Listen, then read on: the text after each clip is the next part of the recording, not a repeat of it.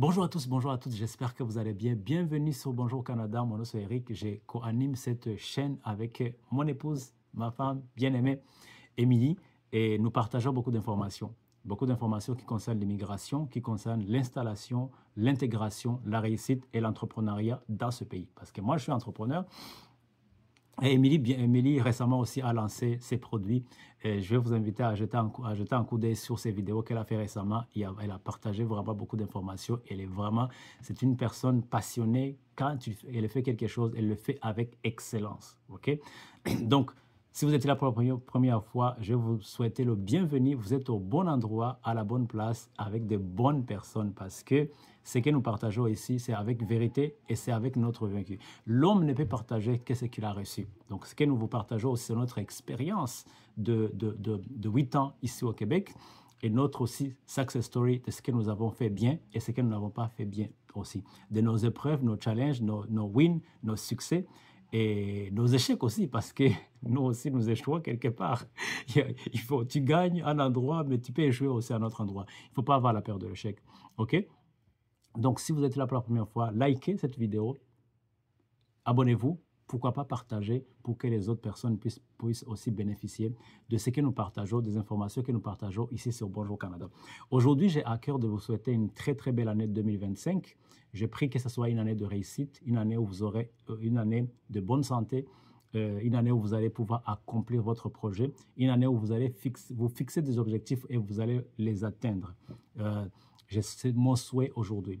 Aujourd'hui aussi, je voulais apporter ma pierre à l'édifice de votre réussite de l'année 2025. Et aujourd'hui, je vais vous partager 5 leviers pour connaître une percée financière en 2025. Ou bien 5 leviers qui vont vous accompagner dans la réussite de vos projets financièrement par là, ici au Québec et au Canada en général. Pourquoi je me permets de vous parler de ça? Je suis conseiller financier à la base et je travaille dans une compagnie d'investissement. Et mon rôle, c'est de permettre à mes clients de construire leur fortune, de léguer quelque chose à leurs enfants et de construire aussi l'avenir de leurs enfants en vrai et de se permettre aussi de créer des bonnes retraites pour eux. OK? Donc, c'est ça mon rôle de chaque jour. Et aujourd'hui, je vais vous partager ce que je connais qui fonctionne, ce que je sais que ça fonctionne. Premier levier que je vais vous parler aujourd'hui, c'est l'épargne. Quand quelqu'un n'épargne pas, c'est une personne qui est prête une personne qui va tout droit au but, qui tout droit à l'échec. Pourquoi je dis ça? Pour une simple raison. Une personne qui n'épargne pas, c'est une personne désorganisée. C'est une personne qui vit dans le désordre. Une personne qui n'économise pas, c'est une personne qui vit au-dessus de ses moyens. Une personne qui n'épargne pas, c'est une personne qui mange le fruit et la semence en même temps. Donc, dans chaque salaire que vous avez le fruit que vous devez manger, mais aussi vous avez la graine de la semence, ce que vous devez s'aimer pour multiplier. Quand vous mangez la récolte et la semence en même temps, ça veut dire que vous êtes une personne, un vrai candidat à l'échec, un vrai candidat à l'échec financier, je vais dire, un vrai candidat à la pauvreté. C'est ça, les mots sont très forts, sélectionnés, mais j'assume mes propos parce que j'ai observé, j'ai vu les gens. Vous savez ce qui différencie les gens financièrement par là, ce n'est pas les salaires, ce n'est pas le niveau de salaire, la quantité d'argent que vous gagnez, mais c'est quelle est la quantité d'argent que vous pouvez garder. Qu'est-ce qui vous reste? Qu'est-ce qui vous reste? Si vous habitez dans une maison qui dépasse vos moyens, vous payez plus de 40, plus de 50, plus de 60% de votre argent dans votre loyer. Si vous payez une voiture qui vous prend 30-20% de votre salaire aux 2 semaines, écoute, vous allez complètement vous ruiner en fait. Vous devez avoir la capacité d'économiser. Et économiser, l'argent, c'est comme des oiseaux. Plus on en parle, plus on l'étale, plus ça disparaît. OK? Il faut être très intelligent, très subtil. Et moi, quand j'étais jeune, j'ai dit dans la vingtaine, j'ai commencé à travailler à 21 ans. Quand je gagnais mon salaire, on travaillait dans une compagnie de construction des routes dans le pays d'où je viens. Et quand j'ai gagné mon premier salaire, j'avais pris l'habitude de ne pas dépenser mon argent dans la première semaine. Parce qu'on était des jeunes et quand on gagnait de l'argent, les gens avaient déjà planifié qu'est-ce qu'il faut faire avec l'argent. Les jeunes, les gens sortaient, boire, sortaient dans les boîtes de nuit, compagnie. Dans la première semaine, les gens n'avaient plus d'argent. Maintenant, tu peux imaginer, dans les 3 dernières semaines qui vont suivre, les gens faisaient quoi? S'endetter.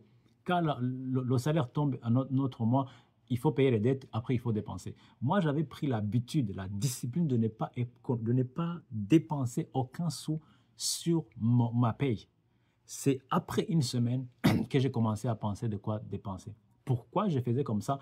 Ça me disciplinait, je me forçais, je soumettais mon corps à ne pas être secoué par l'argent que j'ai reçu.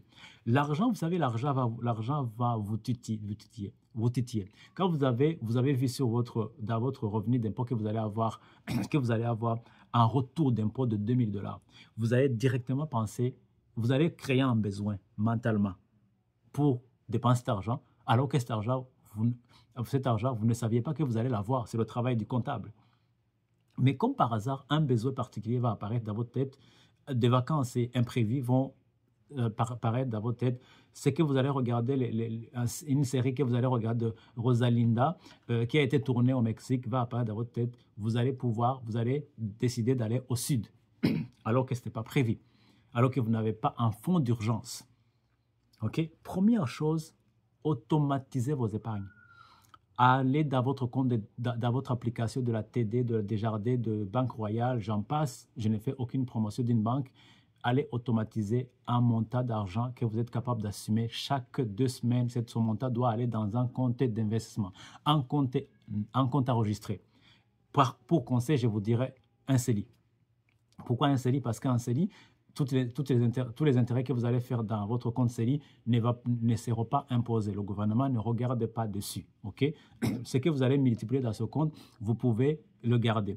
Deuxième des choses, c'est qu'au moment où vous voulez retirer cet argent, vous pouvez la retirer à n'importe quel moment. Okay? Oh mon Dieu, le temps coule. Je vous donne beaucoup d'informations. Le temps coule tellement vite que je n'ai même pas fini le premier levier. Je vais aller très, très rapidement. Donc, économisez. Si vous n'avez pas un fonds d'urgence au moins de vivre pendant 3 mois, vous êtes un candidat au stress financier. Vous devez créer un fonds d'urgence. Votre fonds d'urgence, créez dans un CELI et automatisez vos épargnes. Soyez disciplinés, les amis. L'épargne, c'est la discipline. Une personne qui n'épargne pas, c'est une personne qui est candidat à l'échec, qui est un candidat au désarroi financier. C'est une personne qui mange la récolte et la semence en même temps. Donc, vous ne pouvez pas multiplier ce que vous n'avez pas épargné, les amis. Ce n'est pas possible. OK? Premier volet. Premier levier, épargne. Deuxième levier, c'est l'investissement. L'argent que vous avez pris, sachez, investissez dans quelque chose. Vous n'avez pas besoin de connaître tous les titres qui sont en vogue, tous les titres qui ont apporté 20% la dernière année. Vous n'avez pas besoin de le savoir. Vous n'avez pas besoin de savoir quelle est la compagnie qui a fait beaucoup d'intérêt. Non, vous n'avez pas besoin de le savoir. Allez chercher FNB, ou allez chercher un simple fonds qui est constitué par votre banque et vous déposez cet argent dans ce fonds-là, OK? Et ce fonds va apporter peut-être 3, 5, 6, 10, des fois l'année dernière, les fonds mutuels simples ont apporté quoi? 20%, 17%. 17%. Ça ne veut pas dire que ça sera 17% cette année, mais ceux qui ont investi l'année dernière, ça a apporté 17%. OK? C'est très important. Et en plus, l'argent est dans un CELI, vous pouvez la retirer à n'importe quel moment. OK? N'est-ce pas une bonne chose? Apprenez à investir. Si vous économisez l'argent, ce n'est pas la mettre dans votre compte d'épargne. Ça ne vous apporte rien. L'inflation va grignoter cet argent. OK? Je n'ai pas le temps d'entrer en profondeur. C'est quoi l'inflation? C'est quoi se protéger contre l'inflation et machin? C'est pas ça. Je vais juste donner les informations terre à terre. Troisième levier, c'est si vous êtes locataire, au moins achetez votre revenu principal, votre lieu d'habitation. OK? Achetez au moins si vous n'êtes pas capable d'acheter un immeuble à revenu, achetez au moins votre résidence principale. Pourquoi acheter votre résidence principale? Votre résidence principale avec le temps va prendre de la valeur. L'immobilier, ce n'est pas quelque chose qui apporte un retour sur l'investissement de 10%, de 20% directement. La plupart des temps, c'est maximum 7%. Donc, mais en ayant votre propriété, votre propriété va prendre de la valeur avec le temps. Maintenant, par exemple, les taux d'intérêt vont descendre, votre propriété ne vous coûtera pas plus que ce que vous payez dans votre location, mais ça vous appartient plus ou moins. OK? Ça, c'est la connaissance basique. Je ne vais pas entrer en profondeur pour dire est-ce que c'est être locataire ou être propriétaire qui est plus avantageux. Ça, c'est beaucoup de choses, beaucoup d'informations. Peut-être que je le ferai une fois. OK?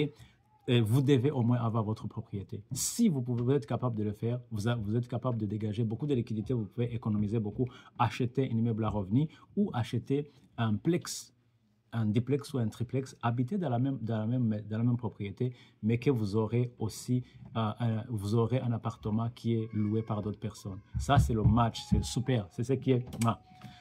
Quatrième levier, ce sont des assurances. Les assurances, les gens savent que les assurances d'auto, les assurances sont plus fortes, plus rentables que même l'immobilier. Je sais que les gens en immobilier ne vont pas être d'accord avec moi, mais moi, je travaille dans le domaine financier. Je sais que ça rapporte beaucoup plus que ça. OK? Je sais que ça rapporte beaucoup plus que ça. Donc, ça paie, les assurances, c'est ce qui permet de transmettre l'héritage. C'est ce qui permet de génération de transmettre l'héritage. Si vous êtes doué dans les assurances, vous pouvez construire votre retraite en moins de 10 ans. En moins de 10 ans, je dis bien. Quand je parle des assurances, je parle des assurances vie entière avec participation. J'aurai le temps de développer c'est quoi une assurance vie, mais de plus, c'est quoi une assurance vie avec participation? Parce que c'est une assurance vie qui est comme l'investissement qui va vous apporter des revenus, une rente dans les années à venir. Waouh, ça c'est un outil extraordinaire, ok? Que beaucoup d'entrepreneurs utilisent. L'entrepreneur que j'ai écouté la dernière fois, Luc Poirier, disait qu'il a les assurances de 7 millions, où elle paye une prime de 7 millions de dollars par année. J'ai dit, oh my God. Mais ces assurances-là vont apporter dans les 10 ans à venir plus de 180 millions. Vous pouvez imaginer ça? Ça, c'est autre chose, c'est un autre outil. Alors, le cinquième levier, c'est partager ce que vous connaissez. Commencez maintenant à diffuser votre connaissance. Quand vous avez arrivé à ce niveau-là, vous avez déjà créé votre coussin, vous êtes déjà à l'abri financièrement. Il y a beaucoup de personnes qui aimeraient avoir la connaissance que vous avez. Maintenant, apprenez à partager cette connaissance-là. Quand vous apprenez à partager cette connaissance-là, vous allez monétiser ce que vous connaissez. Comme c'est de la pratique, c'est du pain sur le plancher. Vous allez pouvoir créer un revenu passif basé sur vos connaissances. Vous allez diffuser, enseigner ce que vous connaissez pratiquement. Pourquoi? Un professeur d'université, il monétise sa connaissance parce que ce qu'il apprend aux étudiants, c'est ce que lui-même il a appris. Donc, quand vous avez déjà battu une fortune en immobilier, une fortune dans un investissement boursier, vous avez une bonne carrière très magnifique, c'est à votre tour de partager les clés que vous avez appris, les choses que vous avez appris en construisant votre carrière aujourd'hui, votre fortune d'aujourd'hui. Vous allez le monétiser, ça va être un revenu passif pour vous qui va vous accompagner dans les années à venir. Parce que l'idée, ce n'est pas de travailler toute votre vie et de ne pas avoir le temps de profiter du fruit de votre travail. Right? Ça, c'est ce que je vous conseille aussi d'utiliser ce levier-là. Donc, en bonus que je vais vous donner, c'est d'être capable de donner. Quelqu'un a écrit un livre qui dit dépenser tout et dépenser tout et mourir heureux, si je me trompe pas. Pour ceux qui croient, il y a un verset biblique qui dit celui qui épargne beaucoup, ça attire la pauvreté, ça s'appauvrit. Je paraphrase. Et on dit aussi qu'il y a plus de bonheur à donner qu'à recevoir. Lorsque l'une des choses qui vous permet de vous accomplir, c'est quand vous aidez les autres à monter. Lorsque vous arrivez à ce niveau-là financier, ce n'est pas le temps de toujours accumuler sans donner. Apprenez aussi à donner, vous allez avoir une joie extraordinaire. Disciplinez-vous pour épargner, disciplinez-vous pour investir, disciplinez-vous pour multiplier. Mais à la fin des comptes, en fait, vous allez quitter cette terre. En fin de compte, nous quitterons cette terre. Ce qui va compter, c'est combien de vies que nous avons changées, combien de vies que nous avons impactées. C'est ça, en fait. Est-ce que votre village, on vous connaît comme quelqu'un qui a beaucoup d'argent ou on vous connaît aussi comme quelqu'un qui a de l'argent, mais aussi qui partage, aussi qui a sorti les gens de la pauvreté? Ça ne sert à rien d'accumuler des fortunes et mourir et tout laisser comme ça. Non, vous devez avoir des actifs qui vont au-delà de la vie présente. Okay? Vous devez aussi avoir des actifs qui va parler pour votre progéniture, qui va parler pour vos enfants. Quand votre enfant va passer quelque part, qu'on dise « Waouh, son père était généreux. Son père a changé la vie de beaucoup de jeunes ici. Son père a changé la vie de beaucoup de femmes ici. » Il y a un premier ministre qui est pour moi un homme que j'admire beaucoup, il s'appelle Mohamed Yunus. C'est aujourd'hui le premier ministre de Bangladesh. C'est un professeur d'université aux États-Unis qui a créé ce qu'on appelle la banque des pauvres. Lui, il a emprunté de l'argent parce que Bangladesh est un pays très pauvre et les hommes n'étaient pas très responsables, c'est ce que j'ai lu. Donc, lui, il a emprunté de l'argent et il prêtait aux femmes dans les quartiers pauvres et dans les villes, dans les bidonvilles. Et ces femmes, en fait, faisaient des affaires et lui remboursaient l'argent. Tellement le système a fonctionné qu'il a fini par créer une banque.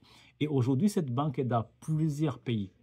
Tellement qu'il a la notoriété, professeur Mohamed Yunus, que quand l'ancien gouvernement l'a combattu, et quand aujourd'hui, ceux qui ont pris le pouvoir, ils ont décidé d'aller le chercher aux États-Unis pour venir l'établir comme premier ministre de Bangladesh. Ce n'est pas une question d'accumuler seulement des richesses. C'est aussi une question de savoir créer l'impact dans votre vie. Créer l'impact qui va parler au-delà de votre vie vivant sur Terre. Même quand vous allez quitter cette vie, il faut que votre impact, votre fingerprint, votre cachet, votre stamp reste sur cette terre. Et qu'on dise Jean, François, Mohamed, Yacoubou, Keïta, Bakary, François, Xavier, il est passé ici. Ici, c'était habité un homme qui a fait beaucoup de bien pour notre communauté. C'est comme ça qu'on change des villes, c'est comme ça qu'on change des régions, c'est comme ça qu'on change des pays. Soit un fils de paix, soit une fille de paix. Pour votre pays, pour votre région, pour votre famille. C'est comme ça qu'on change des vies. Sur ça, je vous souhaite une belle journée. Si vous aimez cette vidéo, laisse-moi savoir dans les commentaires. Je vous préparerai beaucoup. J'entrerai en détail sur chaque sujet que j'ai abordé aujourd'hui. C'est beaucoup d'informations et j'espère que ça vous plaira. J'espère que ça va vous aider en 2025, partout là où vous êtes, peu importe que vous soyez au Canada ou ailleurs. Pour ceux qui sont au Canada, qui veulent savoir démêler le système économique du Canada, le système financier du Québec et comment vous pouvez vous en sortir, comment vous pouvez bien vous organiser financièrement, n'hésitez pas à me laisser un commentaire et je prendrai du temps. Je ne vous fais pas payer le temps que je passe avec vous. Je prendrai au moins 1 heure ou 30 minutes à échanger avec vous, vous donner quelques tips. Normalement que je charge, mais pour vous, ça sera gratuitement parce que vous avez regardé la vidéo, que vous l'avez partagée et que vous êtes abonné. À très bientôt. Bye bye.